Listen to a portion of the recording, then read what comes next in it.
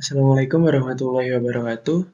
Perkenalkan, saya Dimas Habib dari kelas PTI 2020B. Kali ini saya akan membahas tentang teori gelombang.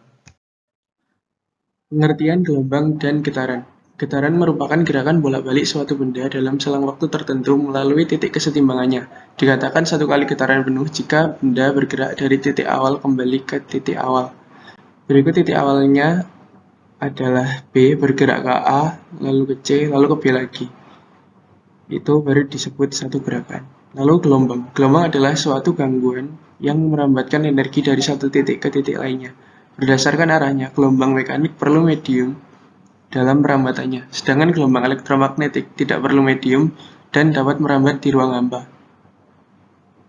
Berikut adalah contoh gelombang mekanik dan elektromagnetik. Jenis gelombang berdasarkan arah rambat dan getarnya. Pertama, gelombang longitudinal, gelombang yang arah getarnya sejajar atau berhimpit dengan arah rambatnya.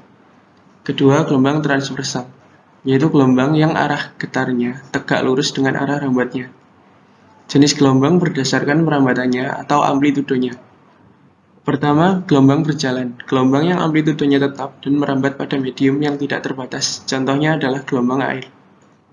Yang kedua, gelombang stasioner. Gelombang stasioner adalah perpaduan antara gelombang datang dan gelombang pantul yang amplitudo dan frekuensinya sama, tetapi arah rambatnya yang berlawanan. Titik yang bergetar dengan amplitudo maksimum disebut perut, sedangkan titik yang bergetar dengan amplitudo minimum disebut simpul. Komponen gelombang. Komponen gelombang terdiri dari frekuensi atau banyaknya getaran gelombang dalam satu detik. Amplitudo yaitu simpangan maksimum gelombang dari titik setimbang. Lalu panjang gelombang yaitu satu siklus gelombang. Berikut adalah frekuensi range dari audio sinyal ke infrared. Lalu di bawah ada tipe dari radiasi, yaitu dari radio, microwave, infrared, visible, ultraviolet, X-ray, sampai ke gamma ray.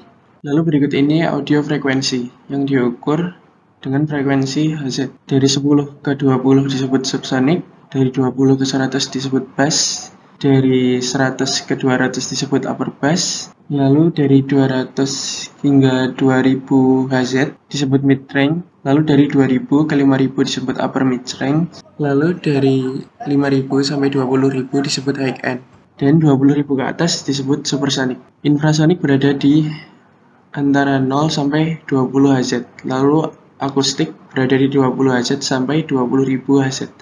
Lalu ultrasonik berada pada 20.000 Hz sampai 2 juta Hz. Lalu berikutnya meningkat sampai ke diagnostik NDA sampai ke 200 juta MHz atau bahkan lebih. Berikut adalah equalisannya. Dari 0 sampai 20 Hz disebut infrasonik, dari 20 ke 100 Hz disebut subwoofer, lalu dari 100 Hz sampai 400 Hz disebut woofer or mid bass, lalu dari 400 Hz sampai ke 4000 Hz disebut mid range, lalu 4000 kHz sampai 20.000 kHz disebut tweeter, 20.000 Hz ke atas ultrasonik. Besaran pada gelombang T sama dengan waktu yang diperlukan untuk menempuh satu gelombang atau periode gelombang. F sama dengan jumlah gelombang tiap second, atau F biasa disebut frekuensi gelombang. Yang ketiga adalah lambda, yaitu panjang gelombang. Pada gelombang transversal, satu gelombang adalah satu bukit dan satu lembah. Dengan contoh dari C ke G, atau dari B ke F, atau dari D ke H, seperti pada contoh gambar berikut. Lalu V sama dengan cepat rambat gelombang. Jarak yang ditempuh gelombang per satuan waktu dapat dinyatakan dengan fungsi. Bila S adalah lambda dan T adalah T besar, maka dapat dinyatakan sebagai berikut. Lambda sama dengan panjang gelombang, T sama dengan periode atau waktu. Cepat rambat gelombang sama dengan S dibagi T, atau cepat rambat gelombang sama dengan lambda per T. Sifat umum gelombang. Gelombang mekanik maupun gelombang elektromagnetik dapat dipantulkan. Yang kedua, gelombang mekanik maupun gelombang elektromagnetik dapat dibiaskan atau dibelokkan. Yang ketiga, gelombang mekanik maupun gelombang elektromagnetik dapat terdifraksi, yaitu pembelokan atau penyebaran. Yang keempat, gelombang mekanik maupun gelombang elektromagnetik dapat terdispersi, dapat melakukan perubahan bentuk. Gelombang mekanik maupun gelombang elektromagnetik dapat berinterferensi atau dapat digabungkan.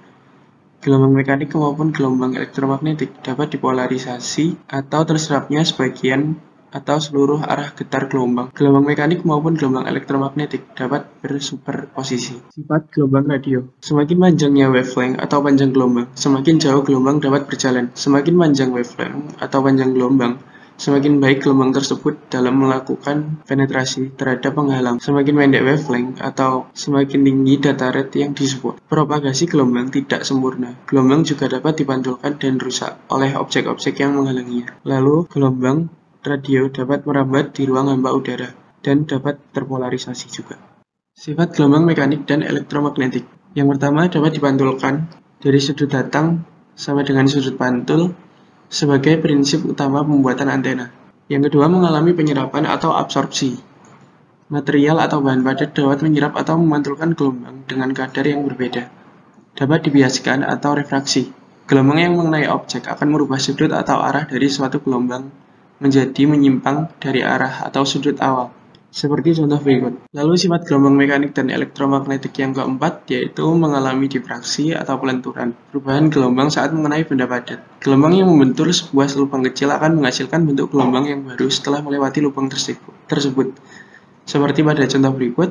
Lalu yang kelima dapat saling berinterferensi atau memadukan. Bila terjadi interferensi antara gelombang, gangguan yang terjadi disebut sebagai noise.